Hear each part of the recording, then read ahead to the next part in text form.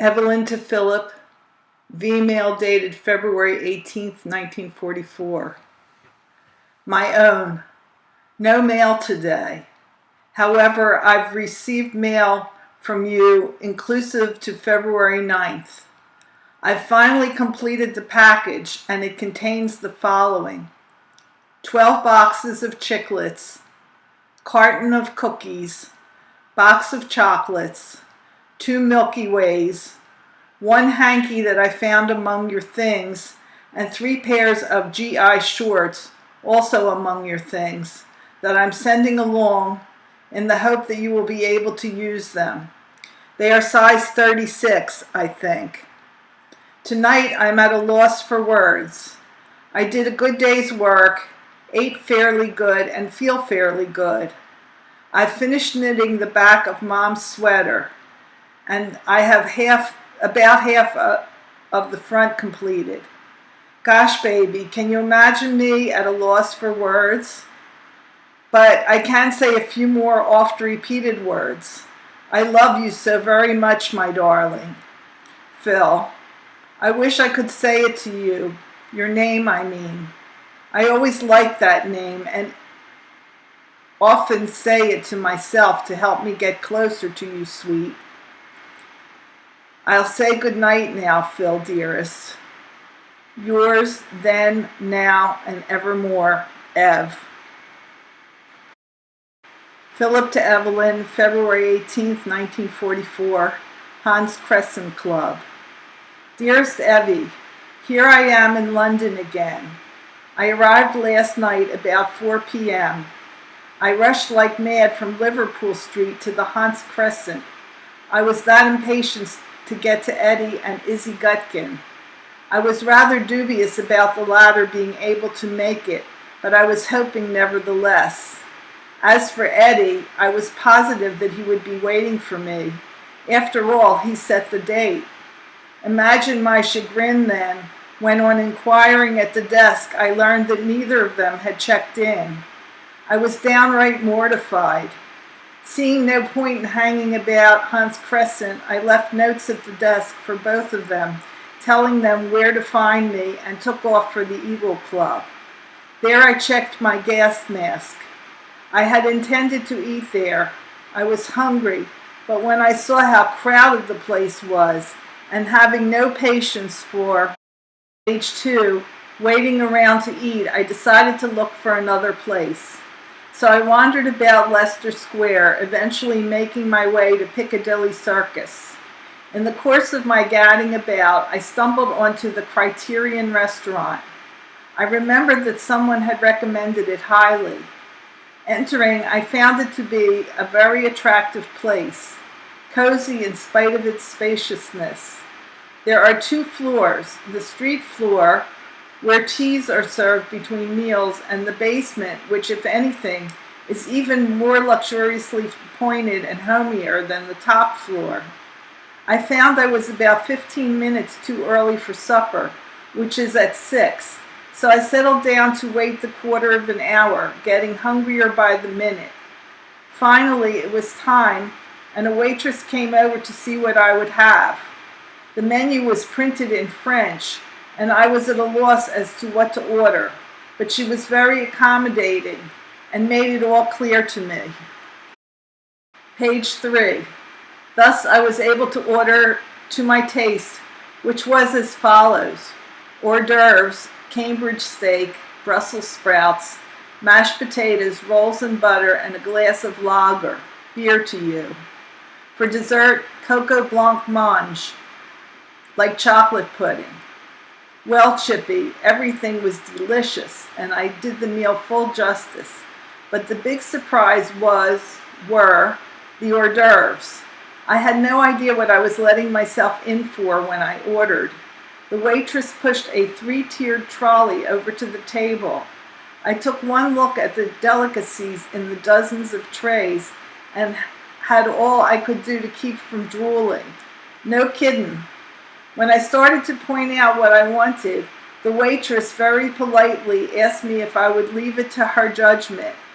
I agreed, hastily and gratefully, 'cause while I hated to give up some of the things I relished, I hated even more to make a pig of myself.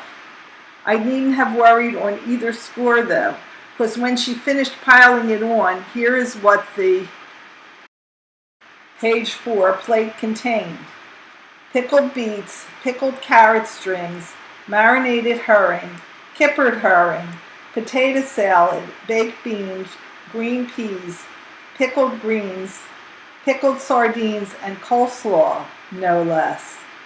Lady, when I finished all that, and was it good, I began to have serious misgivings as to my ability to digest the rest of the meal. However, I had no trouble, for everything was so delicious that I hated to reflect that when I finished there wouldn't be any more. Silly, ain't I? After I had eaten, out into the square again, where I queued up to see the only picture I have failed to see up till now. His butler's sister, with Deanna Durbin, more grown up and lovelier than ever, is definitely worth anybody's time and money. It is a pleasing comedy with the added thrill of Deanna's singing. I have only one comment as to that. Superb. You must have guessed what my next move was. Exactly. Imperial Turkish baths. I inquired half hopefully at the desk for Eddie and Izzy. No luck. This rather put a damper, page 5, on my spirits, and I felt blue all evening. For some unaccountable reason, I was very, very tired, mentally and physically, so that by the time I had finished steaming and sank into one of the steamer chairs to wait my turn at the masseur, I couldn't keep my eyes open and fell into a deep sleep. I was roused much later by the masseur's repeated calling of my number. Groggily, I made my way to the massage table and stretched out on it, still conscious of a heavy fatigue. The masseur took the tiredness out of my body with his expert fingers, but I was still very drowsy when I got to bed. I dropped off again into an uncommonly heavy sleep. You know, Chippy, how impossible it is for me to fall asleep on my back, yet that's exactly what I did. I awoke at 9 o'clock this morning, still on my back. Evidently, I hadn't moved a muscle all night. However, I felt much refreshed this morning and wasted no time getting dressed.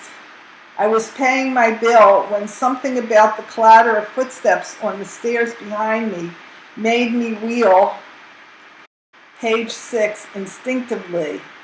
I felt like shouting my joy when I saw Eddie, grinning happily, advancing on me with his hand outstretched in greeting. Need I tell you, sweet, what our feelings were at that moment? I had just about given up hope of seeing him this trip, and his arrival was in the nature of a gift from the gods.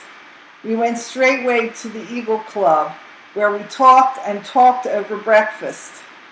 After breakfast, into the lounge, where we talked some more, and I showed him all the pictures you have sent me since I arrived over here. Darling, it was so wonderful to see a familiar face and talk of home with someone who appreciated what I was talking about. We must have chewed the rag for about 3 hours when it struck me Ed might want to see a little of London town. But I'm getting ahead of myself.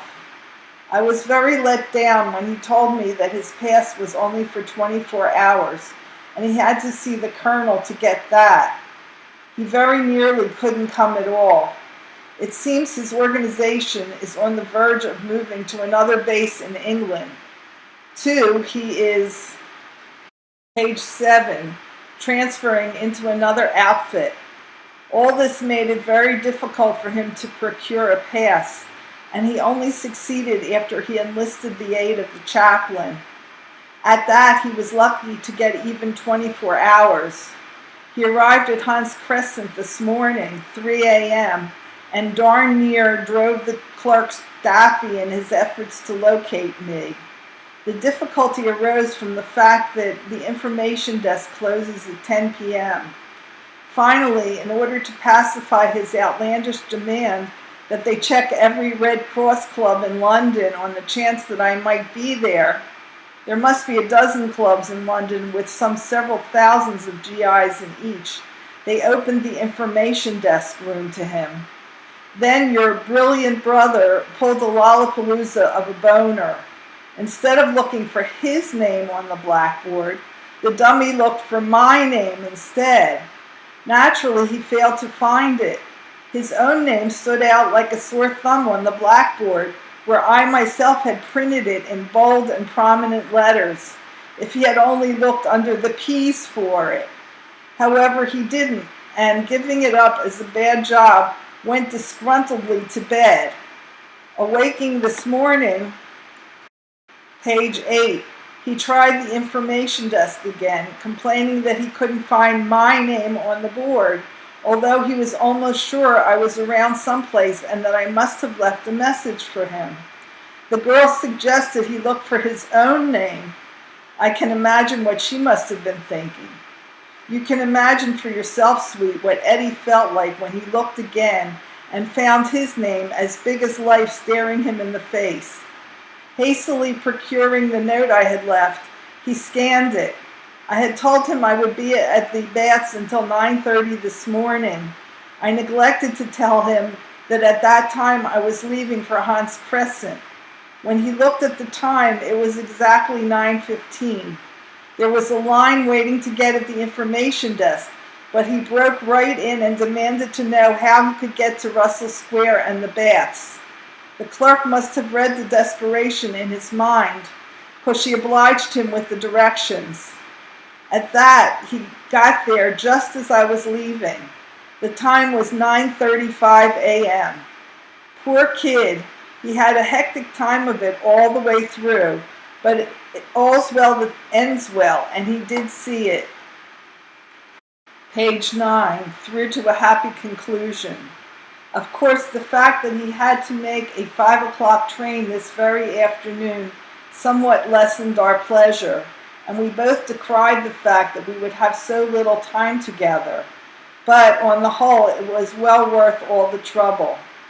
About 1 p.m. I suggested we take a stroll around Leicester Square and Piccadilly so that Eddie might see something of London. He was impressed with the hustle and bustle and generally metropolitan aspect of everything, and regretted afresh that he didn't have more time to enjoy it all. Passing the Empire, where thousands cheer, is still showing, I suggested that we might take it in.